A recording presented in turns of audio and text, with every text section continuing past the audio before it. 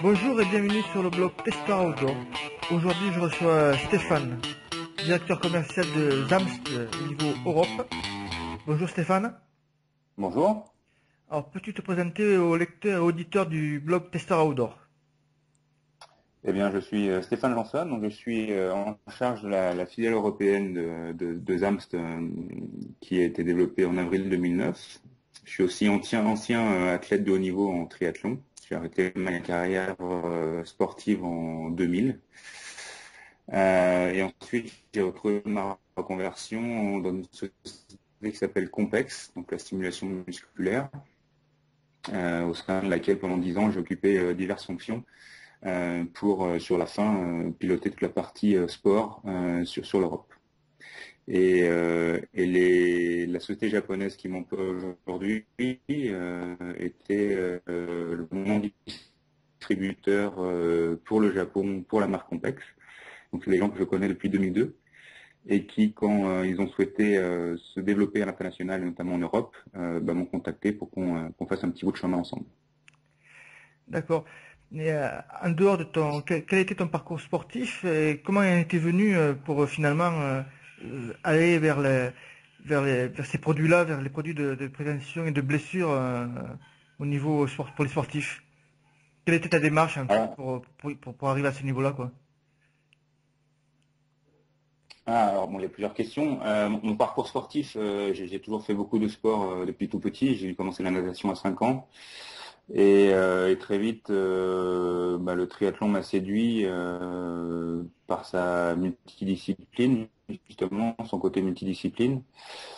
Donc j'ai commencé en 89 et donc j'ai arrêté, comme j'ai dit tout à l'heure, vers 2000. J'ai fait 5 ans en tant que professionnel, dont 2 ans au bataillon de Joinville, puisque l'armée était obligatoire à l'époque. Non pas que je sois si vieux, hein, mais c'est quand même le cas. Voilà, et ensuite, pendant mes années de triathlon professionnel, j'ai écrit pour un magazine qui s'appelle Triathlète Magazine. J'avais une rubrique d'une dizaine de pages tous les mois sur l'entraînement, la diététique, la préparation mentale, tout un tas d'éléments qui permettaient donc aux lecteurs de se préparer à leur compétition. Ce qui m'a permis en autodidacte en fait de creuser tous les aspects physiologie, entraînement, musculation, sophrologie, diététique, de manière à écrire les articles. Et naturellement, quand j'ai passé mon diplôme d'entraîneur de triathlon, c'était en 97-98. La marque Compex, en fait, qui était une marque suisse, a lancé le premier appareil pour les sportifs. Et je me suis intéressé à cette technologie. J'en ai fait un mémoire dans le cadre de ma formation de triathlète. Et le mémoire que j'ai envoyé chez Compex, Compex a été séduit par ce que j'avais produit et donc m'a recruté. Et au tout début, donc, dans cette société, puisque c'était ma reconversion, j'ai d'abord fait toute la promotion, donc aller parler aux entraîneurs, aux médecins, aux kinés de cette technologie. Donc c'est toujours quelque chose qui m'a séduit d'éduquer un marché, en fait, d'éduquer ou de passer un message sur comment on peut utiliser une nouvelle technologie, de nouvelles fonctions pour la préparation et pour l'entretien du corps. Ensuite, je suis passé à l'export et c'est comme ça que j'ai démarré le marché japonais et que j'ai rencontré les Japonais donc, qui m'emploient aujourd'hui. Voilà, sans rentrer dans d'autres détails du parcours chez Complex, mais du coup, quand les Japonais m'ont approché avec ce projet de développer le réseau commercial pour une marque de prévention des blessures, je suis retrouvé dans une physionomie en fait de développement qui m'intéresse, c'est-à-dire éduquer un marché. Voilà, je retrouvais un petit peu les mêmes techniques, la même philosophie que ce que j'avais connu chez Compex, puisque ce sont des supports articulaires comme on peut en voir souvent en pharmacie. Donc visuellement, le produit n'a rien d'extraordinaire, sauf que quand on s'y intéresse un petit peu plus près, on découvre qu'il y a une spécificité pour le sport qui a été très pensée, puisqu'on laisse la mobilité articulaire, qu'on laisse du confort, qu'on protège des mouvements dangereux, mais qu'on n'empêche pas la performance sportive, et que donc c'était des points de différenciation suffisamment importants, une technologie derrière qui était suffisamment importante pour que l'envie en fait de passer ce message sur le marché français et sur le marché européen m'anime et que je décide de m'embarquer dans cette aventure. Voilà. Bien. Dans combien de pays européens est distribué Zamst? Aujourd'hui, on est dans une quinzaine de pays. On on a choisi stratégiquement de démarrer le marché français pour plusieurs raisons. D'une part, c'est le marché du sport le plus important en Europe, devant l'Allemagne et l'Angleterre. Il y a aussi une distribution, donc des magasins de sport qui sont très bien établis, avec des magasins spécialisés dans pas mal de sports, que ce soit le running, le tennis, les arts martiaux, le rugby maintenant. Et puis il y avait un marché qui était quasi vierge en fait pour cette partie-là. Il y avait quasi pas d'acteurs dans le marché sport actifs à promouvoir ces produits-là en tant que prévention. Et donc c'était naturellement qu'on s'est dit, quitte à commencer, autant commencer par le marché qu'on maîtrise le mieux. Et puis d'en faire un cas d'école pour nos partenaires européens qui pourront du coup essayer d'appliquer la même stratégie. Ok. Et sur quels fondamentaux s'appuie ZAMS pour créer ces produits? Quels sont les critères de sélection pour chaque produit que vous créez? Tu as parlé de confort. Oui, oui. Alors, faut déjà savoir que le groupe japonais en fait qui a créé la marque Zamst a 40 ans d'existence. Donc c'est un groupe qui s'est construit dans l'orthopédie. C'est le leader de l'orthopédie au Japon. Donc c'est tous les produits vendus aux hôpitaux, aux cliniques et aux pharmacies pour justement la prise en charge d'une blessure. Donc ce côté-là, on le maîtrise. On maîtrise toute la connaissance articulaire, on maîtrise toute la connaissance des différentes blessures qui peuvent survenir et comment on les prend en charge. Et du coup, c'est tout naturellement qu'on s'est intéressé à être plus en amont en fait de la blessure et essayer de voir comment on pouvait la prévenir. Donc historiquement, c'est une collaboration avec un médecin, le médecin de la fédération japonaise de volleyball, le docteur Hayashi, qui a fait face à la blessure d'un de ses joueurs 6 mois avant les Jeux de Barcelone en 92, et qui a donc souhaité accompagner ce joueur, s'assurer qu'il ne serait pas de nouveau blessé, donc qu'il n'y ait pas de récidive. Donc c'était l'entorse de cheville. Et donc a contacté Sigmax, le leader de l'orthopédie, pour lui dire voilà, je voudrais un produit qui a le même maintien qu'un produit médical, la même technologie, mais en plus, je voudrais du confort, je voudrais de la mobilité, pour que mon joueur puisse continuer à être performant. Et je voudrais aussi une facilité d'utilisation pour que je sois sûr qu'il puisse l'utiliser tous les jours sans trop de problèmes. Voilà, donc sur la base de ces 3 critères-là, on a développé une gamme maintenant de 45 produits qui couvrent quasiment toutes les articulations, avec des matériaux innovants, avec des designs aussi qui sont au plus près des articulations. Donc on a beaucoup de tailles différentes par produit de manière à être au plus près d'un genou ou d'une cheville de tel ou tel athlète. Et c'est vraiment cette association en fait entre le savoir-faire médical qui est historique chez nous et l'expérience terrain du sport, notre collaboration avec les athlètes. C'est 2 critères ensemble qui font qu'on est aujourd'hui le leader en termes de technologie et leader sur le marché français. Très bien. D'ailleurs, il y a une interview très intéressante de ce docteur-là qui raconte l'histoire du volet, de la cheville, sur le site de ZAMS, qui est très, Ouais. très instructive. Alors, on va Pour continuer. info, le docteur Hayashi, c'est peut-être la 2e personne que j'ai rencontrée au début de l'aventure. J'ai tenu à aller au Japon pour m'entretenir avec lui. Et j'ai vraiment été séduit par le discours de prévention, en fait. Alors bien sûr, protéger des gens qui n'ont jamais été blessés dans leur pratique, leur expliquer qu'il faut absolument se protéger parce qu'il y a des risques de blessures, c'est forcément une grande aventure. Maintenant, on a tous en tant que sportifs eu des moments de fatigue, ou des moments de douleur, des moments où on se sent un petit peu moins bien sur le terrain ou dans les chemins de course à pied. Et donc, dès l'instant qu'on sait qu'il y a un élément qui peut nous aider à compenser cette faiblesse, ou du moins à nous permettre d'attendre de compenser cette faiblesse sans être blessé, là, tout naturellement, on peut se protéger. Donc, c'est notre manière de voir la préparation physique, notre manière de voir le sport même.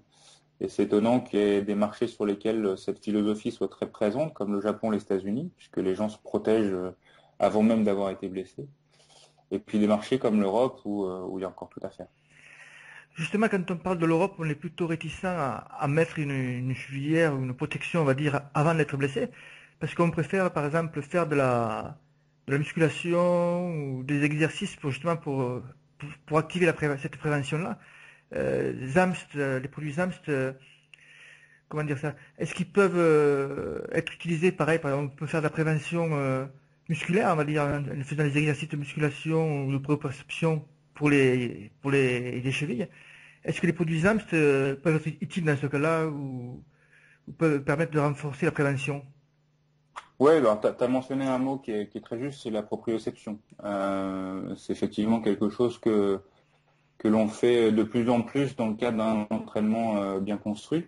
Alors musculation, tous les autres éléments que tu as mentionnés avant ont lieu d'être. Hein. ZAMST ne va pas remplacer ces éléments-là. Ça fait partie de l'entraînement que de faire de la musculation, des étirements, du gainage surtout, de manière à bien préparer le corps à l'effort.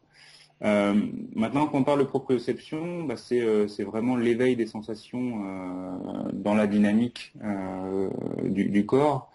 Et donc, bah, on s'aperçoit qu'en couvrant certaines zones, comme les articulations, comme les chevilles par exemple, ou les genoux, on va avoir une perception plus fine de cette proprioception. On va avoir un certain nombre de capteurs au niveau cutané qui, parce que recouverts par une protection, vont être stimulés. Et donc, c'est autant d'informations que le cerveau va avoir pour lui indiquer la position de telle ou telle articulation dans l'espace pendant l'effort.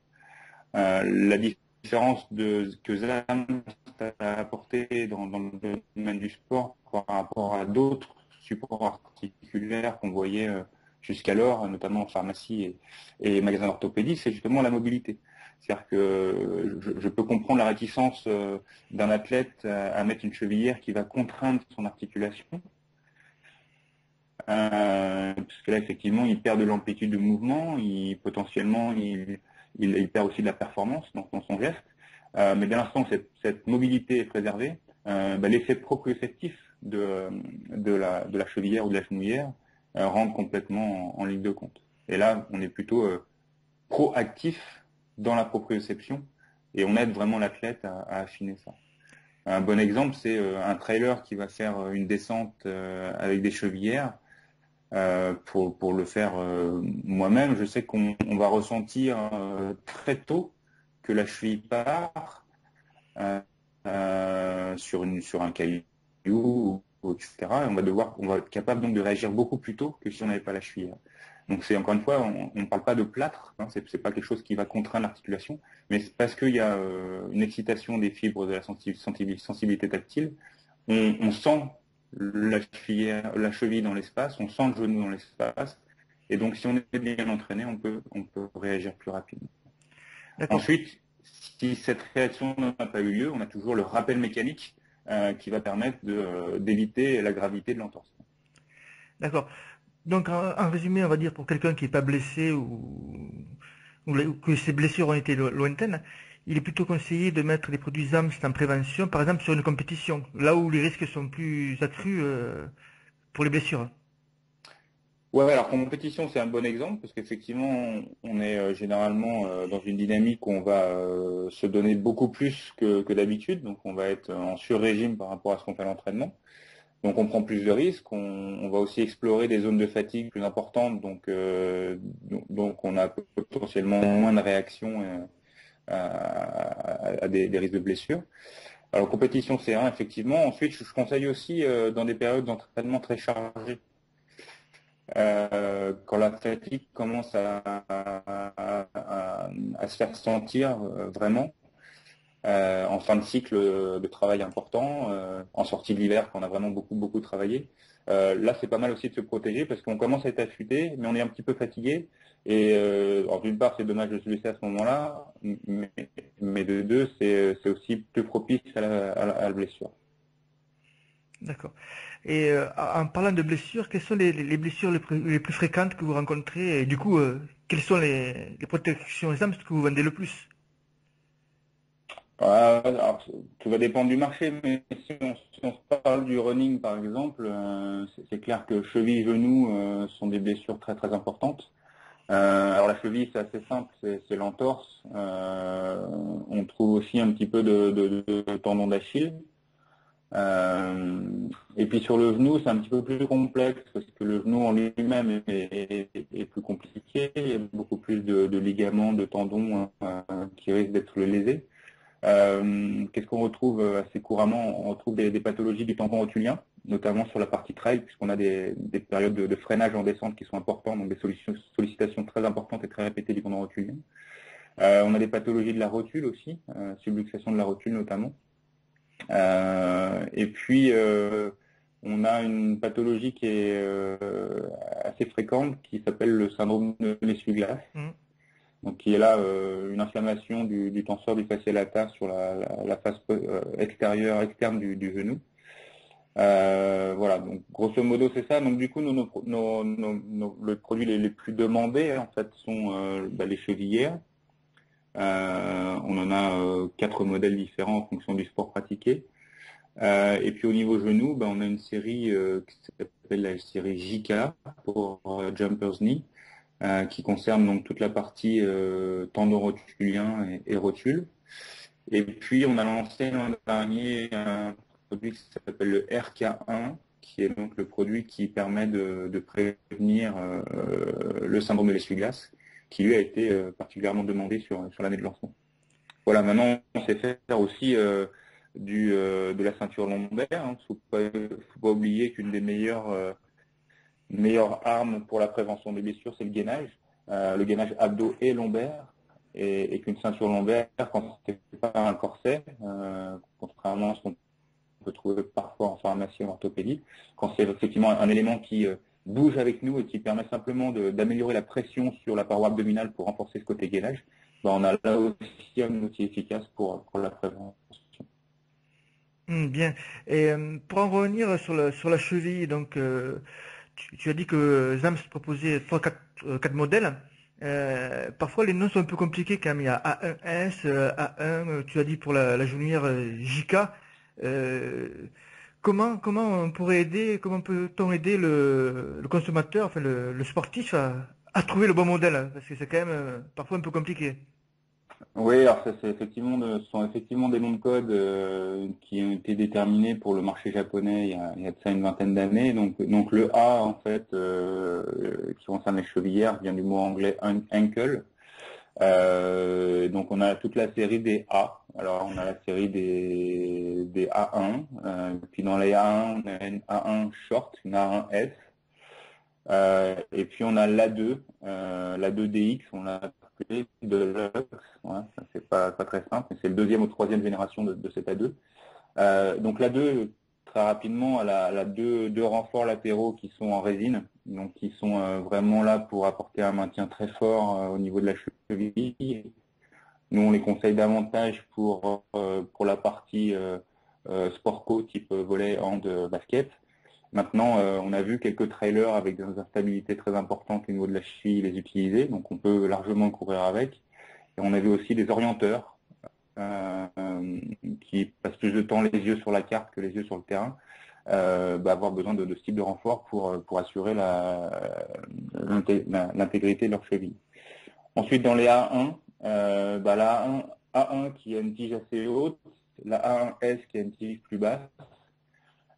Toutes les deux vont prévenir l'entorse, ce qu'on appelle en inversion, donc le pied qui rentre vers l'intérieur. Donc ensuite, c'est une question de sensibilité et de niveau d'instabilité. Voilà. Plus on va choisir la tige haute, plus la stabilité sera forte.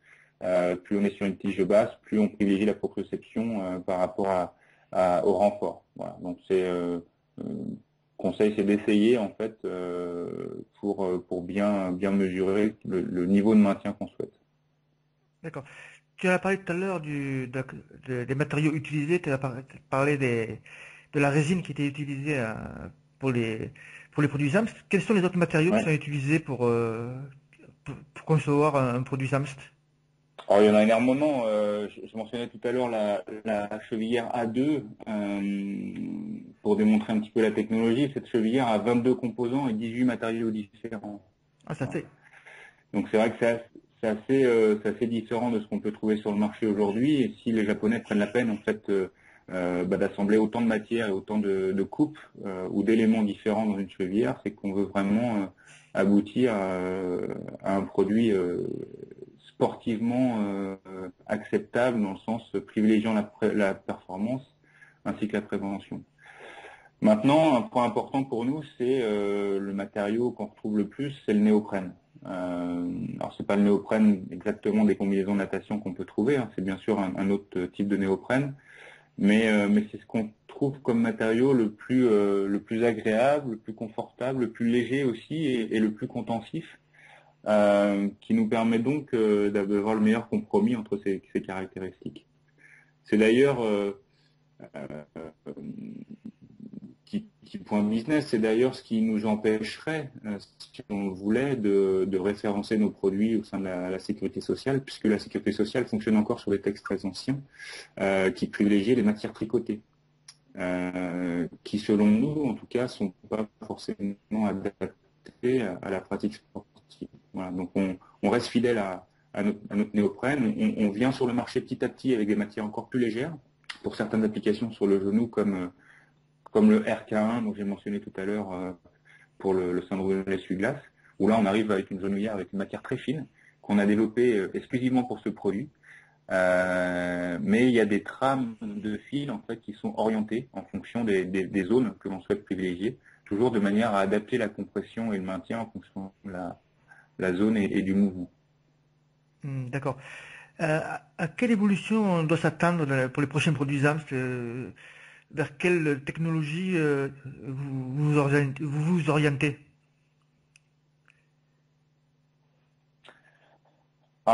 Quelle technologie? Nous, on continue notre travail à assurer le maintien, la mobilité et le confort. On s'aperçoit que on va travailler de plus en plus sur une partie finesse des matériaux.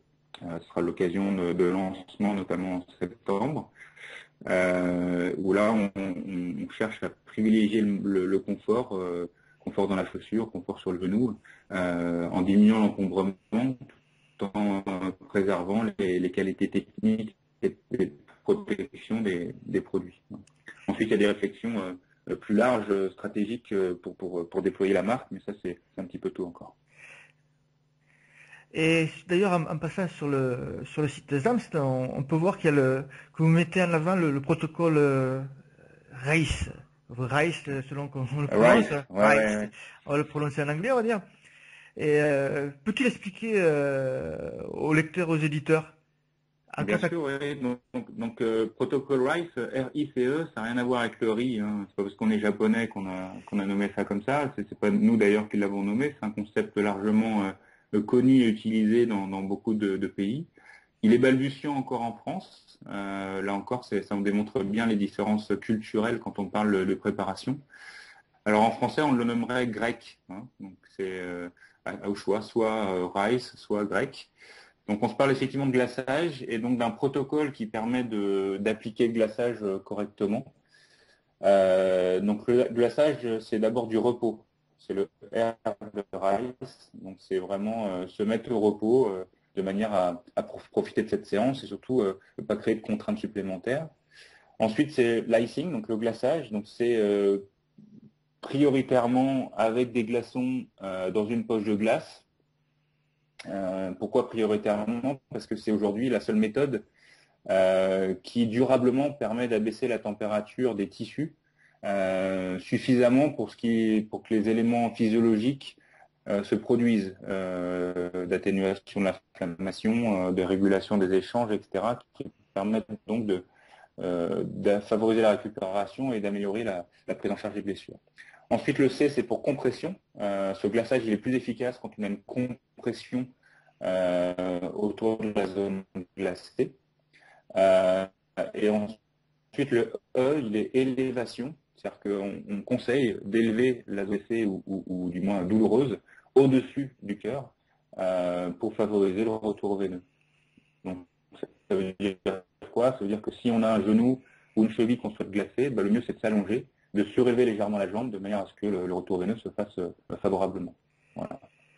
Et combien de temps doit durer le glaçage? Ensuite, il y a quand même des critères de temps. Voilà, on est en phase. Il y a quand même des critères de temps. Le critère de temps, c'est 20 minutes en fait pour une séance. Ensuite, on conseille de laisser reposer 5 à 10 minutes de manière à ce que tout l'environnement redevienne à peu près normal. Et si on a le temps, de reglacer à nouveau. Voilà. Sachant que le glaçage, on peut le faire vraiment quand on veut. Surtout, moi je conseille de le faire tous les jours, après une séance d'entraînement, sur une douleur en particulier ou sur une zone qu'on sait fragile. Il faut vraiment appliquer du glaçage. Savoir que dans les universités américaines, il y a des machines de glace dans toutes les salles de sport, dans les hôtels partout également. Donc c'est vraiment une méthode qui est largement utilisée. Donc là, tu parles du glaçage pour la récupération, en fait, et aussi pour la prévention des blessures. Donc tu dis que c'est un système à mettre régulièrement en place après les entraînements. Et Zams propose aussi des systèmes de glaçage compressif. Tu peux nous en dire un peu plus, tu peux nous en dire un peu plus là-dessus?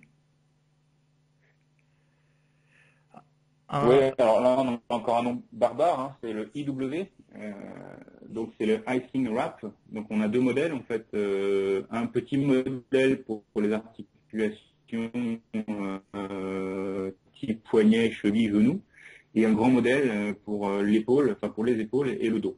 Alors le concept, il est assez simple, c'est une poche de glace avec un capuchon qui se glisse au-dessus, dans lequel on va donc glisser les glaçons.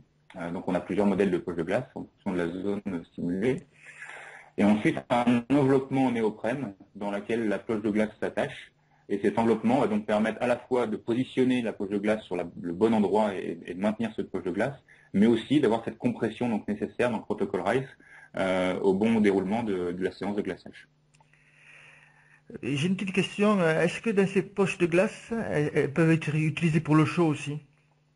Oui, bien sûr. C'est une bonne question, notamment pour le dos. On conseille plus facilement de mettre du chaud en fait sur le dos, notamment en période aiguë de lumbago ou de douleur lombaire. On va mettre du froid vraiment sur une phase, sur un choc ou sur quelque chose qui vient juste de se produire, mais en général, on va plutôt privilégier le dos pour se détendre, le chaud pour se détendre. Donc on peut effectivement mettre du chaud. Oui. D'accord. Et donc, comment on peut faire la différence, par exemple, pour savoir si on va mettre du chaud ou du froid? On peut mettre le froid après une blessure ou après un entraînement. Et donc après, si on veut faire une séance avec du chaud, comment on peut faire la différence? Parce que souvent on entend dire Ouais. que on peut mettre le Là, chaud pour... je parlais surtout du dos en fait, parce que sur les autres articulations, nous on conseille forcément le glaçage. On rentre dans l'entraînement, on a le tendon d'Achille un petit peu fragile ou un petit peu douloureux, un petit peu tendu, on a le tendon rotulien pareil qui est un petit peu délicat. Là on met du froid, du froid, et ça va permettre justement de bien gérer cette inflammation. Donc on met du froid pendant 15-20 minutes. Ensuite, C'est ça. on compresse la On partie compresse en même temps. On compresse en même temps. C'est-à-dire en même temps. que l'enveloppe ZAMS permet justement, donc l'IW1 ou l'IW2, permettent d'appliquer la glace et de compresser en même temps. Voilà, ça permet vraiment d'avoir un glaçage encore plus efficace. L'enjeu, en fait, il est vraiment d'abaisser la température au sein des tissus. C'est pour ça que faut bien prendre garde de pas mettre trop n'importe quoi. Des compresses, par exemple, qu'on met dans le congélateur, vont effectivement abaisser la température, mais on s'aperçoit, et étude à l'appui, hein, que ça reste très superficiel, ça rentre pas au fond des tissus, parce que le glaçage se perd très vite. Pareil, les bombes de froid ont un glaçage assez superficiel. Donc voilà, donc il faut absolument privilégier la glace, si possible, et donc ces poches de glace. Et pour le mettre en place, ce protocole RICE, combien de temps après l'entraînement on doit le faire? Est-ce que c'est immédiat ou est-ce qu'il faut attendre 10 minutes, un quart d'heure après la douche par exemple? Non, le plus tôt possible, bien sûr qu'on peut prendre sa douche, récupérer, boire un coup, etc. Maintenant, le plus tôt possible est le mieux. Un petit conseil, moi j'ai privilégié de glacer tout de suite, quitte à faire ce que j'ai à faire en marchant. C'est un des autres bénéfices en fait de l'enveloppement ZAM, c'est on peut bouger, puisqu'on a les mains libres en fait, la poche de glace tient toute seule. Donc on ne va pas respecter le E de élévation tout de suite, mais en tout cas, on va glacer tout de suite, ce qui est quand même assez important. Et ensuite, une fois que j'ai fini tout ce que j'avais à faire, je peux m'allonger et puis finir ma séance tranquillement en respectant scrupuleusement les 4 lettres, quoi. D'accord.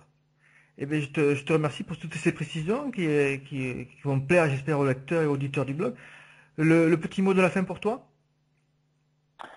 Ah, le petit mot de la fin, pour nous, c'est une aventure assez excitante d'avoir démarré la marque ZAM sur le marché français il y a ça 4 ans maintenant. Il y a beaucoup de perspectives intéressantes. On voit de plus en plus les trailers, les runners, il y a le marathon de Paris il y a quelques temps, euh, prendre conscience que la douleur doit être gérée. La course à pied est un sport intéressant parce que c'est un sport très addictif, comme le triathlon notamment. Et les gens ont tendance à courir sur de la douleur parce qu'ils sont durs au mal et très motivés. Simplement, ça ne fait qu'accentuer la problématique et généralement ça arrive à la blessure. Ensuite, on trouve des comportements où les gens s'arrêtent après sur une blessure, mais veulent recommencer le plus vite possible, le plus fort possible, donc ça ne favorise pas non plus une bonne cicatrisation. Donc finalement, ZAMS arrive en bon partenariat avec cette discipline. Et si le message passe bien, en tout cas on s'y efforce, de pouvoir sensibiliser les gens dès que la première petite douleur annonciatrice de blessure ou de problématique apparaît, de manière à ce qu'on aide son corps et qu'on mette en place ensuite toutes les stratégies qui vont permettre d'accentuer la prévention des blessures. Je parlais de gainage, je parlais de glaçage, on peut parler d'étirement parfois aussi, d'hydratation. Voilà, il y a tout un tas de stratégies qui permettent d'être fort en prévention et justement d'avoir ZAMS en partenaire d'entraînement pour éviter que ces petites douleurs du quotidien qui font partie de l'entraînement ne s'enveniment. Voilà. Donc pour nous, c'est très gratifiant en tout cas d'être un partenaire de tous ces sportifs et on espère continuer à le grandir avec eux. Mais c'est parfait, je te remercie Stéphane. À bientôt. Merci, à très bientôt. Et voilà, l'interview est achevée. Si vous avez des questions ou des commentaires, posez-les sur le blog. Je vous y attends. Et je vous dis à très vite sur Testeur Outdoor.